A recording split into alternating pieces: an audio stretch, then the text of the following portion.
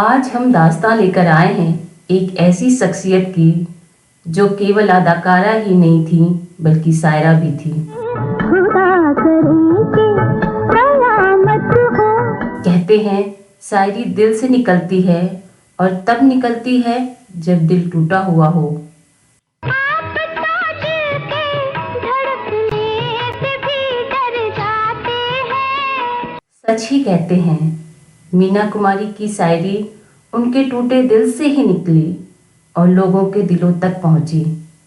उन्होंने कहीं लिखा है, आगाज तो होता है अंजाम नहीं होता, जब मेरी कहानी में वो नाम नहीं होता। हंस हंस के जवां दिल के हम क्यों न चुने टुकड़े, हर शख्स की किस्मत में इनाम नहीं होता। दोस्तों, मीना कुमारी के कई गहरे राज थे जो दुनिया से छुपे रहे और आज के इस एपिसोड में हम उसी राज से पर्दा उठाएंगे। नमस्कार, आपका स्वागत है अचीवर जंक्शन सिनेमा के इस खास शो में जिसका नाम है सिल्वर स्क्रीन की कहानियाँ। रुक जा रात, ठहर जा रे चंदा, बीते न मिलन। लाखों फैंस, बीसियों नौकर चाकर और सैकड़ों शुभचिंतकों से घिरी हुई हीरोइन मीना कुमारी की गज़लें बताती हैं कि वो कितनी अकेली थी। ये साधन और सुविधाएं, ये प्रसिद्धि, ये धन दौलत कभी मीना कुमारी के खालीपन को नहीं भर पाई। कोई ऐसा कहे न कहे, उनकी गज़लें ऐसा जरूर कहती हैं।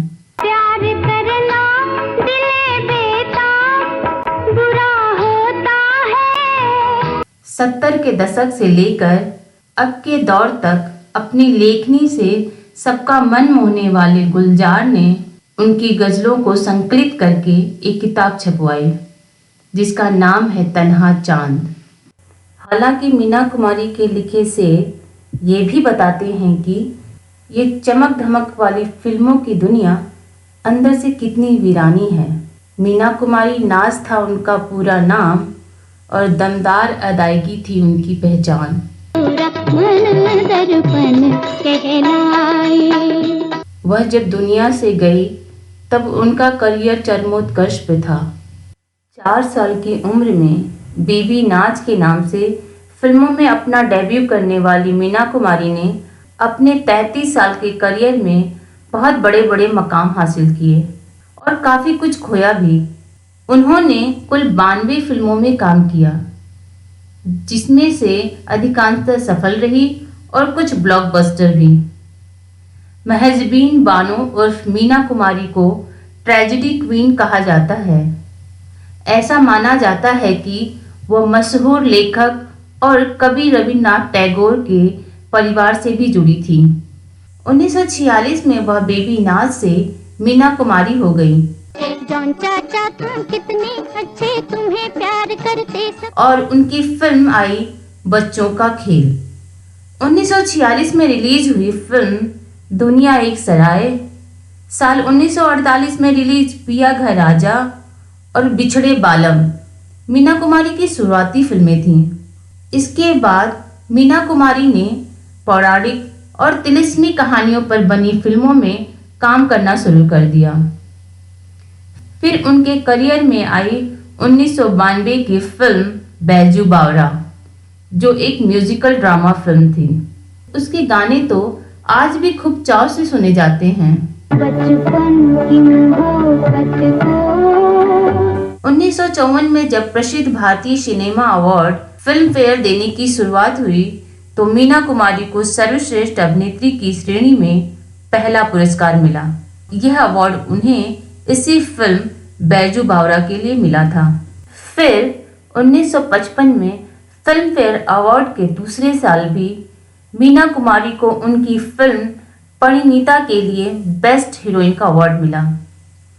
इसी तरह 1962 में ऐसा गजब हुआ कि फिल्म फेयर अवार्ड में सर्वश्रेष्ठ अभिनेत्री की श्रेणी में 3 नॉमिनेशन और वह तीनों नॉमिनेशन मीना कुमारी की ही अलग अलग फिल्मों के थे। यह साल मीना कुमारी के करियर का गोल्डन ईयर भी माना जाता है। जिन 3 फिल्मों में लीड के लिए उनके नॉमिनेशन आए थे वह थे साहेब बीबी और गुलाम, आरती और मैं चुप रहूंगी। इनमें से उन्हें फिल्म साहेब बीबी और गुलाम के लिए बेस्ट हीरोइन का अवार्ड मिला। यह फिल्म भारत की ओर से ऑस्कर के लिए भी भेजी गई। इसे बर्लिन फिल्म फेस्टिवल में गोल्डन बेयर खिताब से भी नवाजा गया। मीना कुमारी और गुरुदत्त की लीड में बनी इस फिल्म को हिंदी जगत का एक कल्ट क्लासिक फिल्म भी माना जाता है। तुम्हें बड़ा अचरज हुआ ना भूतनाथ? सोचते हो कि तुम्हारी छोटी बहू कितनी झूठी है, पर सच मानो मेरी यशोदा दुलाल जानते हैं मैं आज तक कभी झूठ नहीं बोली। जब मीना कुमारी 18 साल की थी तभी उन्होंने अपनी उम्र से 16 साल बड़े लेखक, निर्देशक और निर्माता कमाल अमरोही से शादी कर ली। कुछ मीडिया रिपोर्टर्स बताते हैं कि जब मीना कुमारी फिल्मों में बेबी नाज के नाम से चाइल्ड आर्टिस्ट के रोल करती थीं, तब भी कमाल अमरोही उनसे मिले थे। वह साल 1938 में अपनी लिखी फिल्म जेलर के लिए एक चाइल्ड आर्टिस्ट ढूंढ रहे थे। आश्चर्य की बात देखिए, 14 साल बाद तमाशा फिल्म के सेट पर अशोक कुमार ने उसी कमाल अमरोही से बड़ी हो चुकी मीना कुमारी का परिचय कराया। फिर कमाल अमरोही ने अपनी फिल्म अनारकली में मीना कुमारी को लीड रोल ऑफर किया। फिल्म का कॉन्ट्रैक्ट साइन होने के 8 दिन बाद ही अचानक मीना कुमारी के कार का एक्सीडेंट हो गया। जब वो महाबलेश्वर से मुंबई के लिए लौट रही थी, उनके दाहिने हाथ में काफी चोट आई, जिसके कारण उन्हें पुणे की एक अस्पताल में भर्ती कराया गया। कमाल अमरोही अस्पताल में ही उनसे मिलने लगातार आने लगे और इस तरह दोनों में नजदीकियां बढ़ती गईं। मीना कुमारी अस्पताल में 4 महीनों तक भर्ती रहीं और इसी बीच दोनों का प्यार परवान चढ़ा। हम तेरे प्यार में सारा आलम खो गए थे। उस एक्सीडेंट के बाद मीना कुमारी के बाएं हाथ की छोटी उंगली पर हमेशा पट्टी बंधी रहती थी। ताउम्र मीना कुमारी ने शूटिंग के दौरान अपनी उस उंगली को दुपट्टे या साड़ी के पल्लू से छुपा के रखा। हालांकि फिल्म अनारकली तो नहीं बन पाई, लेकिन कमाल अमरोही और मीना कुमारी की जोड़ी जरूर बन गई। दोनों ने चुपके चुपके शादी कर ली। शादी की रस्म होने के बाद दोनों अपने अपने घर चले गए और इस शादी को परिवार और मीडिया से छुपा के रखा। हालांकि तब कमाल अमरोही पहले से ही शादीशुदा थे और उनकी पहली पत्नी से 3 बच्चे थे। इसी गुमनाम आशिकी के दौरान मीना कुमारी और कमाल अमरोही रात को घंटों घंटों तक मोहब्बत की बातें किया करते थे। मीना कुमारी दिन में अपने व्यस्त शेड्यूल के कारण फिल्मों की शूटिंग करती और रात में अपने पति से बातें किया करती। इसी तरह महीनों तक जागने की वजह से मीना कुमारी को अनिद्रा की बीमारी ने घेर लिया। हालांकि मीना कुमारी के पिता अली बख्श को इस चुपचाप शादी की भनक लग गई और उन्होंने पहले से शादीशुदा कमाल अमरोही को तलाक देने के लिए मीना कुमारी पर जोर डाला। मीना कुमारी ने अपने पिता से बगावत कर दिया और कमाल अमरोही के साथ रहने चली गई। यहीं से उनकी जिंदगी में आफतों का दौर शुरू हुआ। कमाल अमरोही ने मीना कुमारी पर अपने फैसले थोपना शुरू कर दिए। अब मीना कुमारी को कई सारी बंदिशें झेलनी पड़ रही थीं। उनके मेकअप रूम के पास उनके पति का एक आदमी बकर अली हरदम तैनात रहता था, जो उन पर नज़र रखने के लिए मौजूद रहता, ताकि वह किसी भी हीरो से ज़्यादा घुल मिल ना पाए। जो प्यार दूरी के चलते पनपा था, दोनों जब पास आए तो बिखरने लगा। शुरू में तो वह पति की शर्तें मान रही थी, लेकिन बाद में बढ़ती बंदिशें मीना कुमारी को रास नहीं आई।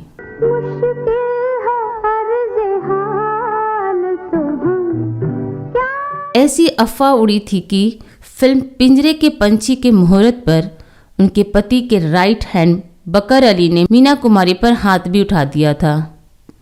जब उन्होंने अपने पति को सेट पर बुलवाया तो बजाय अपने आदमी को डांटने के कमाल अमरोही ने मीना कुमारी को ही घर जाने के लिए कह दिया। यही मीना कुमारी का शब्द जवाब दे गया और वह सीधे अपनी बहन मधु के घर लौट आई और फिर कभी पति के घर नहीं लौटी। चूँकि आशिकी के दिनों में जो वह लगातार जागने से उनको अनिद्रा यानी क्रॉनिक इंसोमेनिया की बीमारी लग गई थी, वो काफ़ी बढ़ गई और उनकी हालत ख़राब रहने लगी। डॉक्टर की सलाह पर वो नींद की गोलियां लेने लगी। फिर उसकी जगह गम को कम करने के लिए उन्होंने ब्रांडी के छोटे पैग लेना शुरू किए और धीरे धीरे वो अल्कोहलिक हो गई। खिलता कजरा, ये महकी चुनरी, ये मन की मदरा। उनको लीवर सिरोसिस बीमारी ने अपनी जकड़ में ले लिया, जिसका उन्होंने इलाज भी कराया। उन्होंने अपने पति कमाल अमरोही की फिल्म पाकीजा की शूटिंग कर रही थी। तब उन्हें अनुमान हो गया था कि अब उनके आखिरी दिन आने वाले हैं। शायद यही कारण था कि इस फिल्म की शूटिंग में उन्होंने जान झोंक दी। फिल्म रिलीज होने के 20-21 दिन बाद ही उनकी बिगड़ती हालत को देखकर अस्पताल में भर्ती कराया गया, जहां वो कोमा में चली गई। फिर 2 दिन कोमा में रहने के बाद 31 मार्च 1972 को इस खूबसूरत अदाकारा ने अपनी बदसूरत दुनिया को अलविदा कह दिया। मेरा खोया बचपन ला दो मुझे, क्या दोष हुआ समझा दो मुझे। ऐसी ही सिल्वर स्क्रीन की कहानियाँ सुनने के लिए हमारे चैनल को सब्सक्राइब कर लीजिए और बेल आइकन ज़रूर दबा दीजिएगा। फिर मिलते हैं अगली वीडियो में किसी और कहानी के साथ।